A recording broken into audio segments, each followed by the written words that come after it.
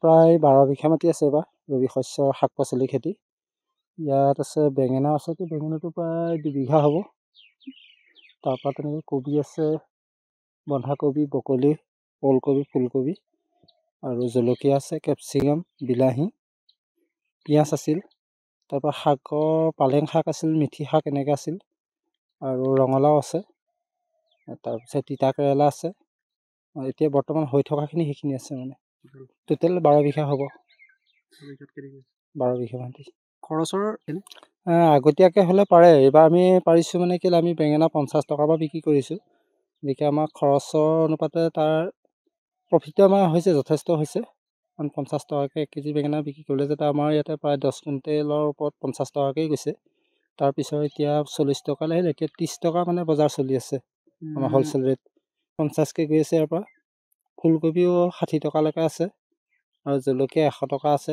কেৰেলা, তিতা কেৰেলাটো 50 টকা আছে। এতিয়া বৰ্তমান সময়ত মানে মাৰ্কেটটো ঠিকেই আছে, কিন্তু অলপ দিনৰ পিছত মাৰ্কেটটো আৰু লাহে লাহে যেতিয়া সকলোৰে ওলাব কমিবগৈ চাগে। সেইটো এটা বৰ ডাঙৰ কথা। মানে কি হয়, আমি এইটো চালানী বুলি কওঁ, যিটো খাৰুপেটীয়াৰ পৰা আহে বা বাহিৰৰ বজাৰৰ পৰা আহে, আমি চালানী বুলি কওঁ। ইয়াতে মানে কি হয়, এটা অসাধু ব্যৱসায়ীবিলাকে কি কৰে, আমাৰ গ্ৰাহকক ঠগায়। এই লোকেল মালখিনি মানে লোকেল মাল পৰা যদি লৈ যায় 2 কেজি, তাতে খাৰুপেটীয়াৰ মাল মিলাই দিব 5 কেজি। আৰু সেইধৰণে কৰি পেলাই মানে তেওঁলোকে কি কৰে, বাহিৰৰ পৰা অহা মাল আৰু আমাৰ ইয়াৰ পৰা লোকেল মালটো মিক্স কৰি সেই মালটো লোকেল বুলি বিক্ৰী কৰে। একচুৱেলি লোকেল মাল নহয়, সেইটো বাহিৰৰ মাল হয়। আৰু বাহিৰৰ মালটোত অত্যাধিক ৰাসায়নিক সাৰ দিয়া বা কীটনাশক ঔষধ প্ৰয়োগ কৰা আমি সকলোৱে খবৰ ৰাখোঁ বা আমি জানো। গতিকে গ্ৰাহকসকলে কি হয়, কম দামত সদায় বস্তুটো বিচাৰি যায়। কম দামত বিচাৰি পেলাই গৈ সেই খাৰুপেটীয়া মালটোকে তেওঁলোকে গৈ হাতত পৰেগৈ গৈ। সেইটো এটা অসুবিধা আছে। গতিকে এইটো প্ৰশাসনেও মানে নজৰ দিব লাগে, যাতে যিটো বাহিৰৰ পৰা অহা মাল আৰু ইয়াৰ পৰা যিটো লোকেল আমাৰ পাচলি হয়, লোকেল পাচলিটোৰ গুণাগুণটো পৰীক্ষা কৰি পেলাই বজাৰত বিক্ৰী কৰিবলৈ দিব লাগে। তেতিয়া গ্ৰাহকৰো আপোনাৰ স্বাস্থ্য ঠিকে থাকে আৰু থলুৱা কৃষকসকলেও আয়ৰ ক্ষেত্ৰত এটা সুবিধা হয়। কৃষি বিভাগৰ ফালৰ পৰা মানে কি আৰু, আমি যিখিনি কৰোঁ ইয়াতেতো বীজখিনি কৃষি বিভাগৰ পৰা নাহেই। গতিকে সাৰটো কৃষি বিভাগৰ পৰা তেনেকৈ নাহে। তেওঁলোকৰ তাততো সাৰটো মজুত নাথাকেই। গতিকে সেইখিনি আমি নিজেই ক্ৰয় কৰিবলগীয়া হয়। আৰু ইয়াত আমাৰ যিখিনি ঔষধৰ মানে প্ৰয়োজন হয়, সেই ঔষধখিনি আমি বজাৰৰ পৰাই কিনিবলগীয়া হয়। গতিকে এইখিনি কৃষি বিভাগৰ পৰা নাহেই। কিন্তু কৃষি বিভাগৰ পৰা আমি যেনিবা পাবলগীয়া ভিতৰত 2টা বস্তু পাইছোঁ। এইটো মালচিন পেপাৰটো পাইছোঁ। আমি এতিয়া কেপচিকাম কৰিছোঁ, ইফালে বিলাহী কৰিছোঁ। তাৰপিছত আৰু এই ছেটনেট পাইছোঁ। ছেটনেটটোত আমি পুলি গজাবৰ কাৰণে সুবিধাজনক হৈছে। বাকীখিনি তেওঁলোকৰ দিহা পৰামৰ্শ কৃষকক আজিকালি দিব পৰাকৈ কৃষি বিষয়াবিলাকৰ তেনেকুৱা হেৰি নায়েই মানে। তেওঁলোকে কিবা এটা বেমাৰ লাগিলে, কি বেমাৰ লাগিছে বা তাত কি ঔষধ প্ৰয়োগ কৰিব লাগে, সেইখিনি হয়তো তেওঁলোকে ইমান নাজানে নেকি। দুৰ্বলতাটো সেইটো বুলি নহয়।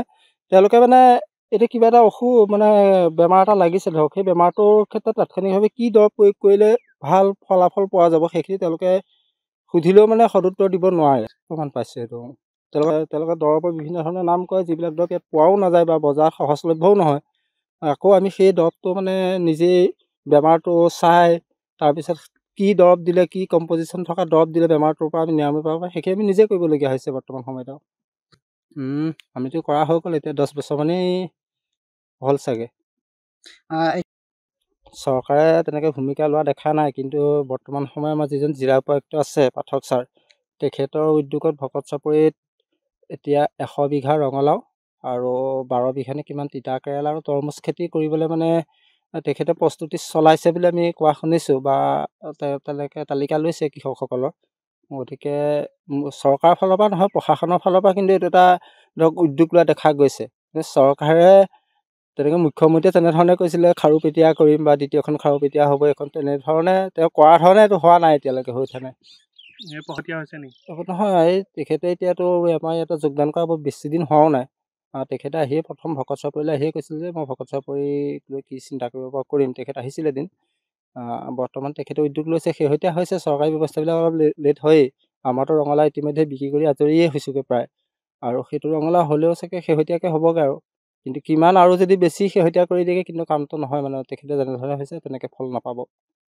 এইটো আমি নিজে কৰিছোঁ। আমাৰ 3জন এনেকৈ কৰ্মচাৰী থাকে বাহিৰৰ, আমাৰ ঘৰৰ আছে 4জন, আৰু মহিলাসকলো আহে পুলি ৰোৱা মেলা বা অন্যান্য কিবা কৰাৰ ক্ষেত্ৰত। আমি 3জনক ডেইলি মানে বেছি চাউল লৈ লৈছোঁ, 300 টকাকৈ হাজিৰা দিওঁ, খোৱা বোৱাটো আমি দিওঁ। গতিকে প্ৰতি আজি 3 মাহ দিন তেওঁলোকক আমি ৰাখি আছোঁ, কাম কৰাই আছোঁ। সেইটো হয়। লাভান্বিত আমি যোৱা বছৰো হৈছিলোঁ, এইবছৰো হৈছিলোঁ, কিন্তু তাৰ আগত আমি মানে সফলতাটো মানে হেৰি কাৰণে মুখ দেখাকৈ নাছিলোঁ, এতিয়া হৈছোঁ। কিন্তু মানে যোৱা বছৰ আৰু এইবছৰ আমি ভাল ফলাফলেই পাই আছোঁ, কাৰণ অভিজ্ঞতাটো ক্ৰমান্বয়ে হৈছেগৈ মানে কেতিয়া কি কৰিব লাগিব, কেনেধৰণে কৰিব লাগিব। খেতি মানে এতিয়া আমি ফেচবুক বা হেৰিয়াত পাই থাকোঁ, ইনষ্টাগ্ৰামত অকণমান কৰি পেলাই ফটো দিয়ে কিবা কৰে, তেনেকৈ নহয়। একচুৱেলি খেতি কৰিলে খেতি হিচাপে কৰক, ব্যৱসায় ভিত্তিক কৰক। এনেই ফটো এখন দিবৰ কাৰণে শ্ব' কৰি খেতি কৰিব নালাগে। আজিকালি এইটো এটা শ্ব' বাজিটো হৈ গৈছে, কি ফেচবুকত ফটো এটা দিব, চেল্ফি ল'ব, ইনষ্টাগ্ৰামত দিব, কিবা এটা কৰিব। আচলতে এইটো শ্ব' বাজিটো কৰি সময়ত শ্ব' বাজিয়ে হ'বগৈ আৰু গৈ। গতিকে খেতিটো তেনেকুৱা শ্ব' বাজি বস্তু নহয়। খেতিটো বহুত মানে সাধনাৰ ফলতহে এটা কৃষি মানে এটা ফল পোৱা যায়। গতিকে সাধনাও কৰিব লাগিব। তেওঁলোকে ব্যৱসায় ভিত্তিক কৰক, ব্যৱসায় ভিত্তিত কৰিলে লাভ আছে যথেষ্ট। তেওঁলোকে চাকৰি বিচাৰি থাকক। চাকৰিটো পোৱাটো ইমান সহজ নহয়, মানে যিমান পৰিমাণে নিবনুৱা বাঢ়ি গৈছে।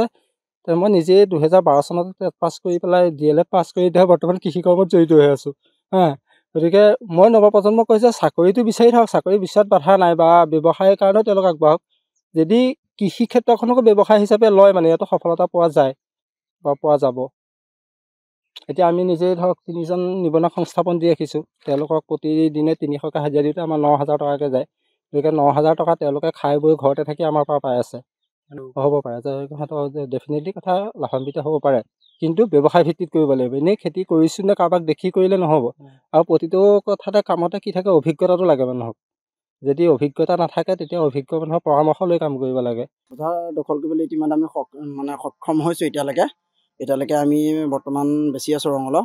এইটো আমি একাধিক্ৰমে 2020 চনৰ পৰা আমি একাধিক্ৰমে এইটো মাটি লিজত লৈ পেলাই আমি 3জন যুৱকে বৰ্তমান আজিৰ তাৰিখলৈকে আমি ৰঙালাও লগতে বিভিন্ন ধৰণৰ খেতি আমি কৰি আছোঁ। আপোনালোকৰ আমাৰ ৰঙালাও এইফালে লখিমপুৰলৈকে গৈছে, এইফালে মানে লখিমপুৰ ডিষ্ট্ৰিক্টলৈ বেছি গৈছে, যোৰহাটলৈ কম যায়।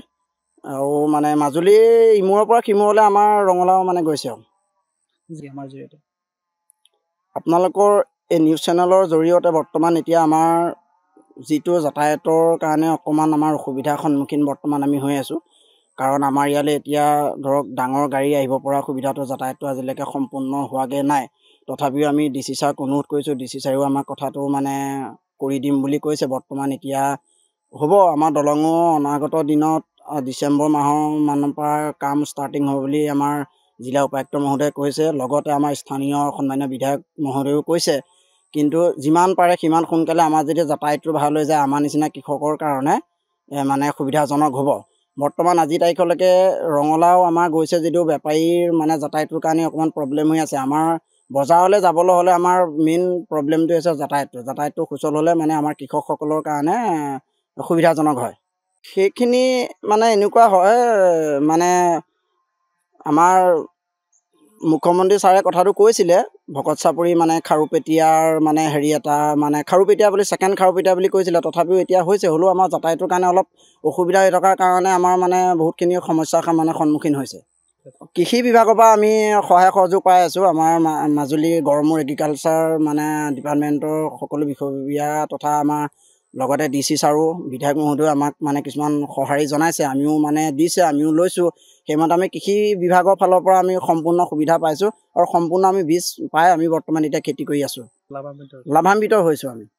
আৰু এতিয়া তাতোতকৈ আমাৰ সুখৰ খবৰ, আমাৰ মাজুলী উপায়ুক্ত মহোদয়ে আমাক এতিয়া ভকত চাপৰিৰ 110 বিঘা মাটিৰ ৰঙালাও গুটি যোগান মানে ধৰিব, অহা সপ্তাহত আমি পাম বুলি কৈছে। আৰু তৰমুজৰ খেতি তৰমুজ দিব কৰিবলৈ, আৰু লগতে আমাৰ যিটো মানে তিতা কেৰেলাটো কৰিম বুলি কৈছে। আমাৰ তিতা কেৰেলা মানে 12 বিঘা মাটি কৰা হ'ব, আৰু ৰঙালাও 110 বিঘা কৰা হ'ব, আৰু মানে তৰমুজ 10 বিঘা মাটি মানে কৰা হ'ব। যিকোনো খবৰৰ বাবে যোগাযোগ কৰক 7099017330 অথবা 7099017390 নম্বৰত।